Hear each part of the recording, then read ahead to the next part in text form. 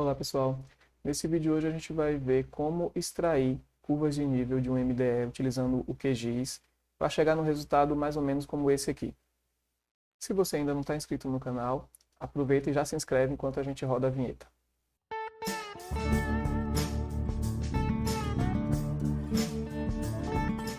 Para a gente extrair as curvas de nível utilizando o QGIS, a gente precisa do MDE, que aí ele pode estar carregado, como a gente está nesse exemplo aqui, como ele também não precisa necessariamente estar carregado aqui no nosso projeto, certo? Então já estou com o MDE aqui, a gente vem no menu Raster e vamos selecionar aqui a opção Extrair e dentro de Extrair, Contorno. Aqui em Contorno a gente vai configurar a nossa camada de entrada, que no caso é o próprio MDE. Como ele já está carregado aqui no ambiente do QGIS, ele já trouxe listado aqui. Se eu tivesse outros arquivos também, .tif, por exemplo, eles estariam listados aqui. No caso, só tem o MDE, então ele já travou aqui na camada de entrada sendo o MDE. Se eu não tiver com o MDE carregado aqui no QGIS, eu posso clicar nesse botão aqui de selecionar arquivo, dou um clique e aí eu vou lá na pasta onde está salvo o meu MDE, né? O MDE que eu quero extrair as curvas. Seleciono o MDE, clico em abrir e ele vai carregar aqui da mesma forma, certo? Então, essas são as duas formas que a gente pode adicionar um MDE ao processamento, né? À ferramenta de contorno. O segundo item que a gente vai configurar aqui é a equidistância entre os contornos. O que é essa equidistância? Essa equidistância é o valor vertical de deslocamento das curvas, quer dizer, é o valor de cada altura das curvas. Eu vou dizer para o QGIS que eu quero curvas que estejam verticalmente separadas de tantos em tantos metros. Essa equidistância, ela está relacionada à resolução espacial do meu MDE. O recomendado é que a gente trabalhe com equidistâncias que não sejam inferiores à resolução espacial do MDE. Exemplo. No nosso caso aqui, eu estou utilizando o MDE que a resolução espacial dele é de 12,5 metros. Se eu colocar um valor menor que 12,5, o software vai processar e vai gerar as curvas de nível. Porém, como esse valor está abaixo da resolução espacial do meu MDE, o nível de imprecisão das posições dessas curvas pode aumentar, certo? Então, é uma questão mais de segurança, assim, não é interessante a gente trabalhar com valores abaixo da minha resolução espacial. Você pode colocar, mas sabendo que você pode aumentar aí um pouco a imprecisão da posição dessas curvas.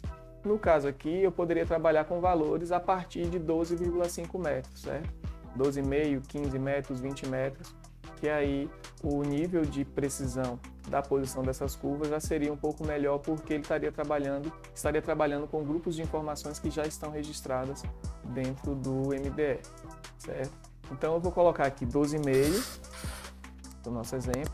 Então, cada distância vertical vai equivaler a 12,5 metros, certo? Então, eu vou ter curvas de 12,5 a 12,5 metros. Aqui embaixo, em nome do atributo, ele traz aqui uma sugestão do nome eleve. O que é esse nome do atributo? Como a gente está aqui, vai extrair as curvas, ele vai gerar um arquivo vetorial, certo? Esse arquivo vetorial tem uma tabela de atributos.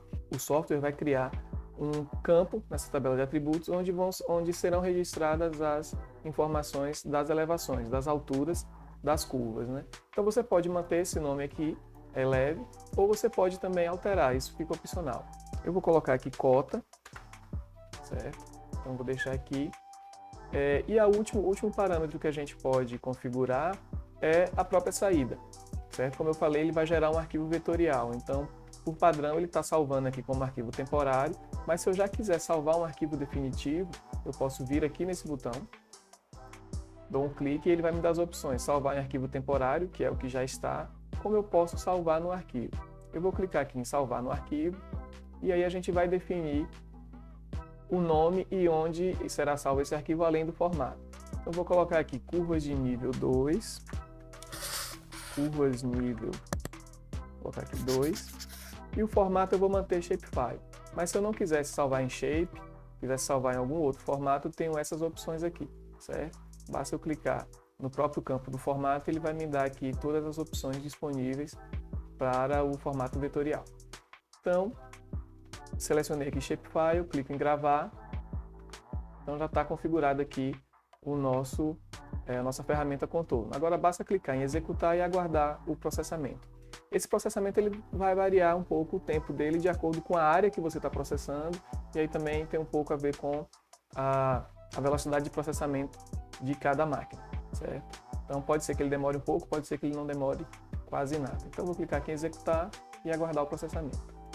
Pronto, finalizado aqui o processamento, a gente pode clicar em close e voltando aqui para a área do QGIS, a gente já tem aqui nossas curvas de nível representadas sobre o MDE. Com as curvas geradas, agora a gente pode até aplicar um rótulo aqui sobre as linhas, assim, para a gente ter informação textual do valor que cada curva está representando, né?